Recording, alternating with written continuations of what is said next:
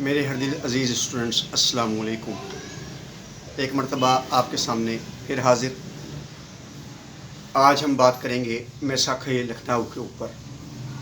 میثاق لکھنؤ کیا تھا اور یہ سارے معاملات کیسے جو ہیں آگے بڑھے، اس کے اندر کیا کیا شرائط تھیں، آج ہم بات کریں گے اس کے بارے میں۔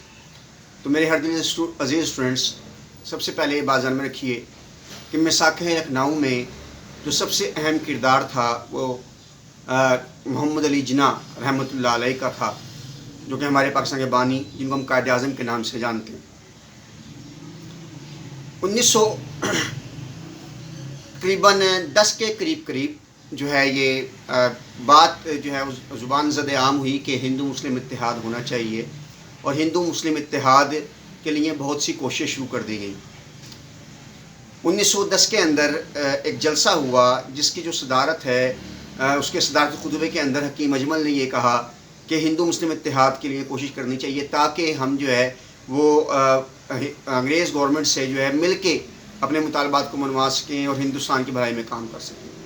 اسی طرح کانگریس کی طرف سے بھی کافی لیڈران تھے جو کہ اس بارے میں کوشش کر رہے تھے، اور کانگریس کے جو مین لیڈر مسٹر ولیم، انہوں نے بھی آغا خان صاحب تھے، ان سے اس بارے میں بات کی کہ ہندو مسلم اتحاد ہونا چاہیے۔ ہندوؤں میں جو سب سے اہم لیڈر تھا جس نے اس کے اندر سب سے زیادہ کوشش کی وہ گوڈسے تھا۔ گوڈسے وہ لیڈر تھا جو کہ جس سے جناح بڑے امپریس تھے، جس سے قائد اعظم جناح بہت زیادہ امپریس تھے، اور گوڈسے جو تھا اس کی بڑی خواہش تھی کہ کسی طریقے سے ہندو مسلم اتحاد ہو جائے۔ بہرحال 1911 کے اندر جو ہے مسلمانوں کو اور ہندوؤں کو آپس میں بٹھایا گیا، اور وہاں پر جو ہے کوشش یہ کی گئی کہ کچھ ایسا لائحہ عمل تیار کیا جائے جس سے ہندو مسلمان جو ہیں وہ ایک پیج پر آ جائیں۔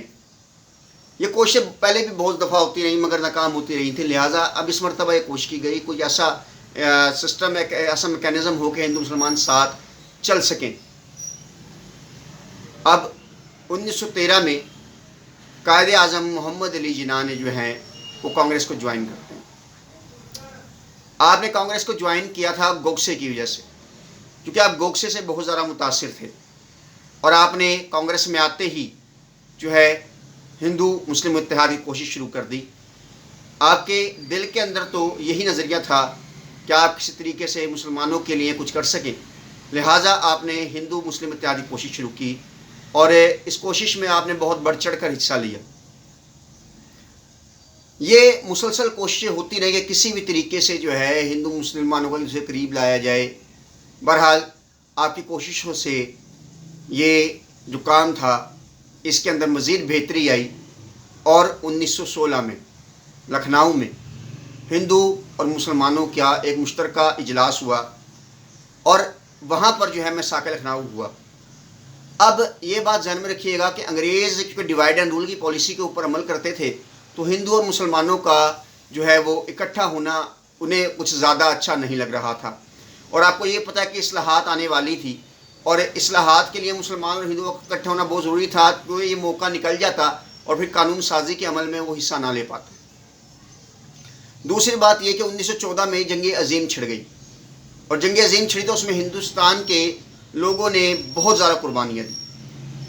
وہ شامل تو اس جنگ میں جو ہے بغیر کسی شرط کے ہوئے تھے، لیکن اصل میں ان کی شرط یہی تھی کہ ان کی جو خواہشات ہیں اس کو تسلیم کیا جائے، ان کو آزادی دی جائے، ان کے لیے کچھ ایسے قانون سازی کی جائے جن سے ان کے حالات میں بہتری آ سکے۔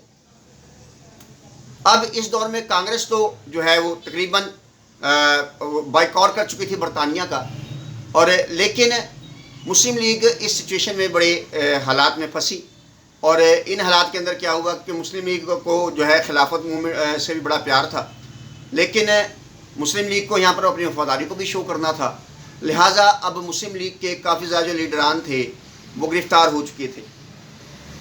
اب 1916 کے اندر لکھنؤ کے اندر ایک معاہدہ ہوتا ہے یا ایک کانفرنس ہوتی ہے جہاں پر مسلمان اور ہندوؤں کا آپس میں اتحاد ہو گیا۔ اس کی جو باتیں تھیں، جو ان کی جو وہ مان لی گئیں، سب سے پہلے تو یہ تھا، اس کے اندر تجاویز تھیں، سب سے پہلے تو یہ تھا کہ مسلمانوں کو 1/3 نمائندگی دی جائے گی، مجلس قانون ساز میں مسلمانوں کو 1/3 نمائندگی دی جائے گی. مسلم لیگ کو مسلمانوں کی نمائندہ جماعت مان لیا گیا. اس کا مطلب یہ تھا کہ کانگریس جو ہے وہ ہندوؤں کی نمائندہ جماعت ہے، تو مسلم لیگ کو مسلمانوں کی نمائندہ جماعت مان لیا گیا. اس کے بعد عدلیہ کو حکومت سے الگ کر دیا گیا، کرنے کا مطالبہ کیا گیا. اس کے بعد جو تھا کہ صوبوں کو خود مختاری دی جائے. اس کے بعد یہ مطالبہ کیا گیا کہ ہندوستان کے اندر سے جو وزیر ہند کا عہدہ ہے اس کو ختم کیا جائے اور اس کی جگہ جو ہے 2 مشیران نائب مشیران لے کر آئے جائیں، لیکن ان میں ایک ہندوستانی ہو.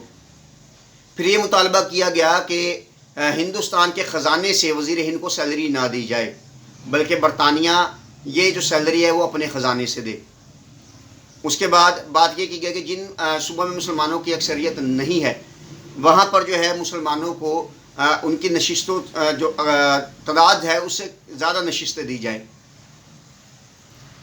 پھر وہی بات دہرائی گئی کہ ہندوستان کے اندر جو مسلمان ہیں وہ مسلمان جو ہندو ہیں وہ آپس میں مل جل کر کام کریں گے اور وہ ایک جد و جہد کریں گے ہندوستان کے عوام کی بہتری کے لیے.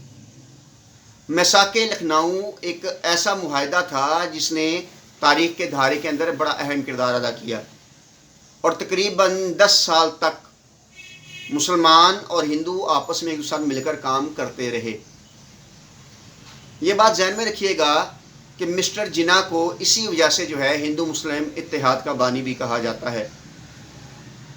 آپ یہ چاہتے تھے کہ ہندوستان کے لوگ جو ہیں وہ اپنے حقوق حاصل کر سکیں، ہندوستان کے لوگ جو ہیں وہ اپنے تمام مسائل کا حل نکال سکیں.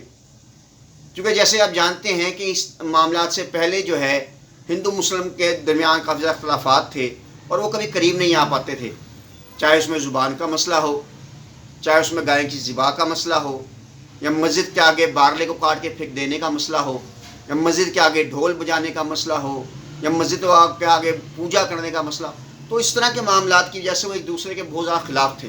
لیکن میثاق لکھنؤ نے کیا کیا، وہ ایک دوسرے کے قریب آ گئے اور اس طریقے سے جو ہے تقریباً 10 سال تک جو ہے مسلمان اور ہندو ایک دوسرے کے ساتھ مل کر کام کرتے رہے.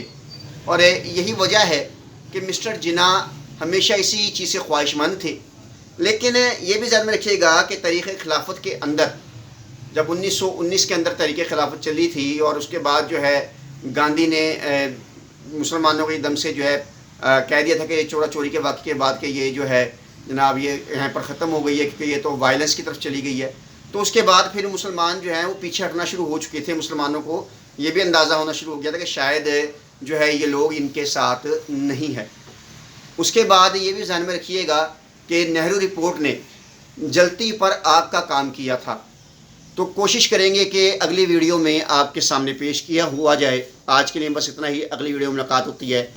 Thank you very much.